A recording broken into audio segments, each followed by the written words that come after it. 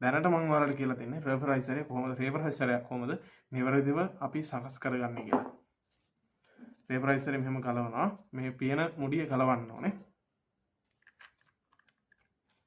මෙහෙම ගැලවුවා. ගැලවුවාට පස්සේ තියෙනවා මේ රසායන ද්‍රව්‍ය. අපි ඒක අල්ලන්නේ නැහැ. මේක මෙහෙම සවි කරන්න ඕනේ.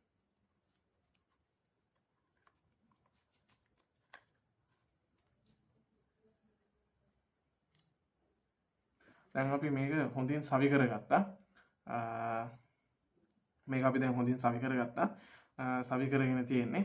අපි බලමු මේක දැන් මේ විදුලියට සවි කරන්නේ කොහොමද කියලා. නිවැරදිව විදුලියට සවි කරන්නේ කොහොමද කියලා.